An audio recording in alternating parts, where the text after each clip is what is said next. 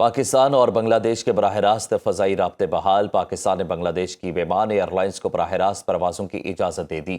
D G سی اے کراچی کے لیے پروازوں کی منظوری دی۔ ابتدائی طور پر ویمان ایئر لائنز کو 3 ماہ کے لیے اجازت دی گئی ہے۔ پاکستان ایئر سپیس کے اندر طے شدہ روٹس پر عمل کرنا ہوگا۔ پاکستان نے برطانوی ایئر لائن نورس اٹلانٹک کو آپریٹنگ کی منظوری دے دی۔ وزیر دفاع خواجہ نے اپنے ٹویٹ میں کہا کہ ایئر لائن لندن، مانچسٹر اور برمنگھم سے اسلام آباد کے لیے براہ راست پروازیں چلائے گی۔ بین الاقوامی ایئر لائنز کے آپریشنز میں اضافے سے مسابقتی ماحول کا فروغ ملے گا، عالمی معیار کی سروس اور کرایوں میں توازن پیدا ہوگا۔ وزیر اعظم شہباز شریف نے وفاقی کابینہ کا اجلاس آج طلب کر لیا۔ ذرائع کے مطابق اجلاس میں وفاقی دارالحکومت میں نئے بلدیاتی نظام کے حوالے سے مشاورت ہوگی۔ چیف کمشنر اسلام آباد وفاقی کابینہ کو نئے بلدیاتی نظام پر خصوصی بریفنگ دیں گے۔ وفاقی کابینہ کی جانب سے پنجاب جیسا بلدیاتی نظام اپنائے جانے کا امکان ہے۔ وزیر اعظم کے مشیر رانا ثناءاللہ کہتے ہیں کہ ملک کے 5 بڑوں کے درمیان اعتماد بڑھانے کے لیے رابطہ ہوا تو صورتحال بہتر سمت میں آگے بڑھ سکتی ہے۔ 5 بڑوں میں نواز شریف، شہباز شریف، آصف علی زرداری، بانی پی ٹی آئی اور ایک اور شخصیت شامل ہیں۔ جب تک ان تمام کے درمیان اعتماد سازی کے لیے اقدامات نہیں ہوں گے، بریک تھرو نہیں ہوگا۔ ان کے اور عامی ڈوگر کے رابطوں سے بریک تھرو نہیں ہوگا۔ رانا ثناءاللہ نے مزید کہا کہ پی ٹی آئی 8 فروری کو پہیہ جام ہڑتال نہیں کر پائے گی۔ ایسا کرنے کی کوشش پر انہیں دھر لیا جائے گا، پھر یہ گلہ نہ کریں۔ تحریک انصاف احتجاج کی کال واپس لے۔ پاکستان اور بھارت میں جوہری تنصیبات کی فہرستوں کا تبادلہ۔ ترجمان دفتر خارجہ طاہر حسین اندرابی کا کہنا ہے کہ بھارت کا کوئی یک طرفہ اقدام سندھ طاس معاہدے کی حیثیت تبدیل نہیں کر سکتا۔ بھارت کی جانب سے دریائے چناب پر ڈیم بنانے کی منظوری پر پاکستان نے تفصیلات طلب کر لیں۔ متنازع بجلی منصوبے سے متعلق بھارت نے کوئی باضابطہ اطلاع نہیں دی۔ سندھ طاس معاہدے کے تحت منصوبے بننے سے پہلے تفصیلات شیئر کرنا ہوتا ہے۔ بھارت سندھ طاس معاہدے کی پاسداری کرے۔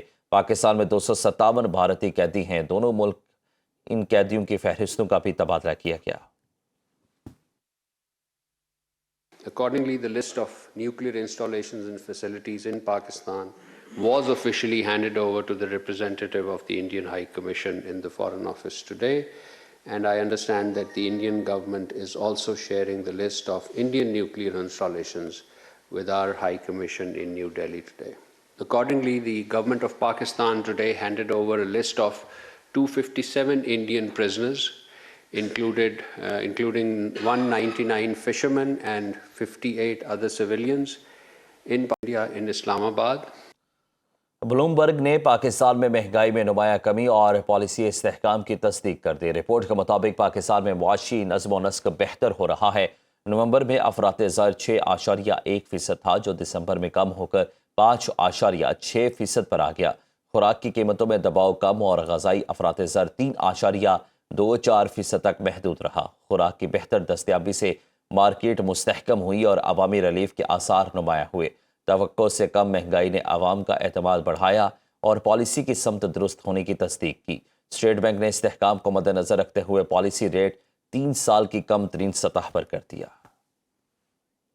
بھارت کے لیے 2025 ناکامیوں اور ہزیمت کا سال رہا۔ فائنینشیل ٹائمز کی جائزہ رپورٹ کے مطابق سال 2025 بھارت کے لیے استحکام یا مضبوط پیش رفت کا نہیں، بحرانوں کا سال ثابت ہوا۔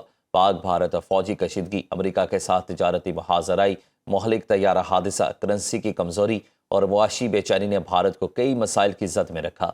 ناکام اسٹریٹجک خود مختاری کے باعث بھارت کو امریکہ، چین اور روس کے ساتھ تعلقات برقرار رکھنے پر مجبور ہونا پڑا۔